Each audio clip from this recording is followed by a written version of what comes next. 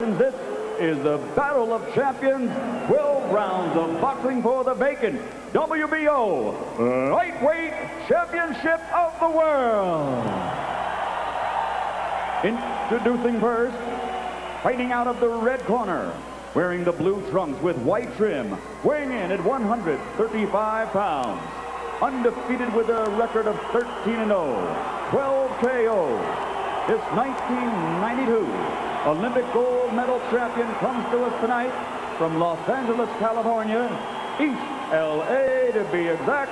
Ladies and gentlemen, the current WBO Junior Lightweight Champion of the World, the Golden Boy, Oscar de la Hoya.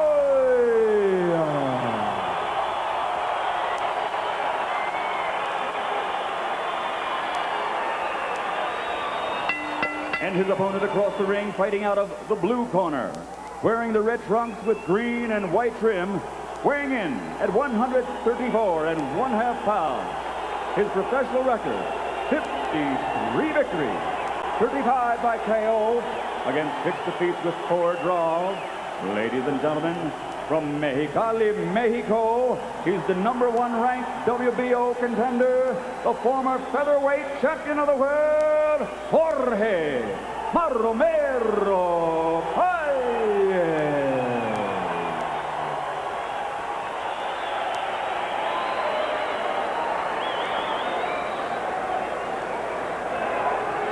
All right, I spoke to both fighters in the dressing room. I'm cautioning them again. Obey my commands at all times. Shake hands, good luck.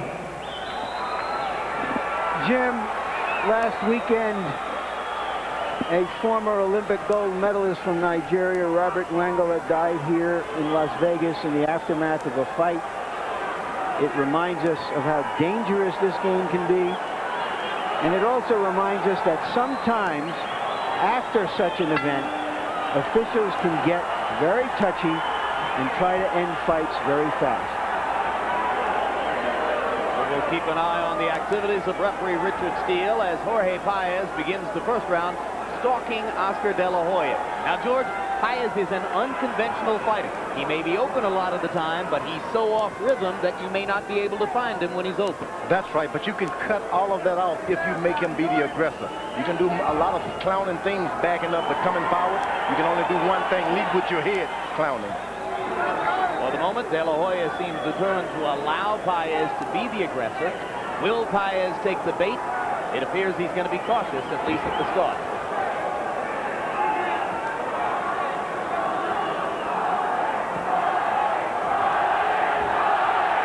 Crowd chanting, Jorge, Jorge, Jorge. There's a lot of popular support for Paez here.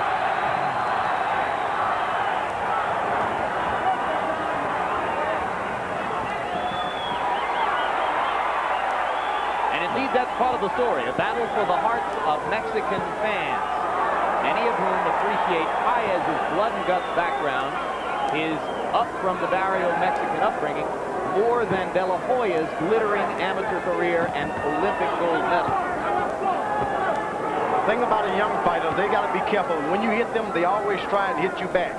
If Paez happened to land a shot on Oscar, he should just forget it and go back to what he's done, backing up, using a jab.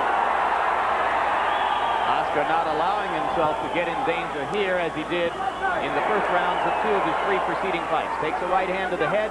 Paez spent most of his career fighting at lower weights. There are few who believe he will have brought much punching power up here to 135. Thus far, Oscar, not taking any steps forward. He's starting to get off a little bit. Do not come forward, forget it, until the rounds start to mature. Paez landing a left inside. De La Hoya punching sparsely. Now sticking the jab, throwing a right hand. You can see how utterly conventional De La Hoya is in style compared to the wild, winging shots of Jorge Paez.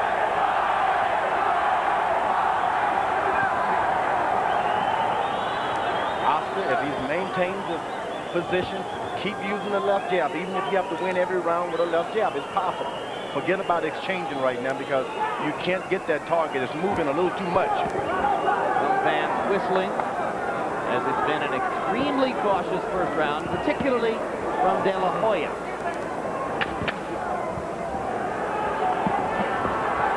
Another left-hand shot landed inside by Paez. De La Hoya lands a straight right, not a lot behind it.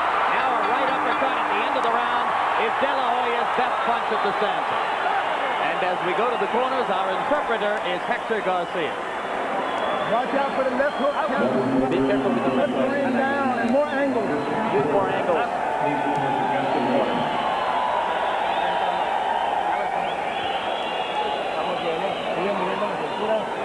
Keep moving your waist. Use those hook punches up and down.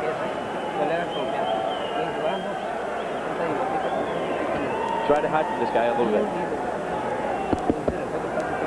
He's scared. The man's scared of him. Hey, David.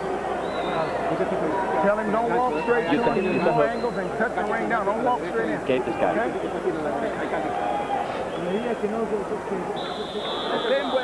Beautiful. Nice. Jim, before this fight, I mentioned that I thought that De La Hoya had to start to modify his aggressive style, and we saw him doing that in the very first round. A little bit more defensive, wear the other fighter down, and then take him on later in the rounds. He's walked out into some big punches early in fights, and he's learned something from it. De La Hoya sticking with the jab in round one. Oscar threw 51 punches, and 36 of them were jabs. Now a left hook seems to stagger Paez momentarily. De La Hoya follows with a flurry. Another left hook, and down goes Jorge Paez. 2, 4, 5, 6, 7. He's not going to get up. 9. Oscar De La Hoya with a second round knockout of Jorge Paez, who had only been knocked down once in 63 previous fights. We just saw the image and the pendulum swing to the other side. He fought brilliantly because he had modified his style. He was cautious in the first round, and he seized the opportunity when he saw it. 49 seconds of round two. George, 2 spectacular left hooks. The thing about it, he got them not within the exchanges of punches. He just picked his time, threw his punches. There weren't any exchanges. He did it properly. So he showed a patience that he hasn't been able to show before. Good defensive left jab to set all of that up. Great. Spectacular. Short, beautiful left hands, and now he's smiling. Well, it could not have gone better for those in the Oscar De La Hoya camp. And now the memories of those 2 knockdowns against De La Hoya in the first rounds of 2 of his last 3 fights begin to fade a little bit. This was just the kind of performance he needed to re-enhance his credibility. And no doubt many of those who are cheering now are the ones who were chanting Jorge, Jorge in the first round. The great thing about it, he got a second round knockout by not being the aggressor. He was on the defense most of the fight. Then when the opportunity presented itself, he went for the finish. Missed a lot of shots, but he threw a lot of shots. Particularly good because when Paez fell, he fell on his neck. There you go. Richard Steele was blocking your vision just a little bit as Oscar landed that finishing left hook. There's that one. Was the shot that hurt him. It wasn't the last one that got him. When you see a fighter fall on his neck as Paez did, he is hurt. It was the first left hook that set up all of this, and then the second left hook there put the man down. And he did it spectacular by using jabs, going back. Paez needed room to clown, and he just took away his own room by being the aggressor, thinking Oscar is afraid of him. There's that left hook. He's got great technique on the left hook, doesn't he, George? He stands square, and he believes in his power. When a guy has power like that, all you got to do is believe in it. All right, let's go up to ring announcer Michael Buffer for the official particulars on the second round De La Hoya knockout. Ladies and gentlemen, referee Richard Steele reaches the count of 10. The official time, 39 seconds of round number 2. The winner, winning his second world title, the new WBO lightweight champion of the world,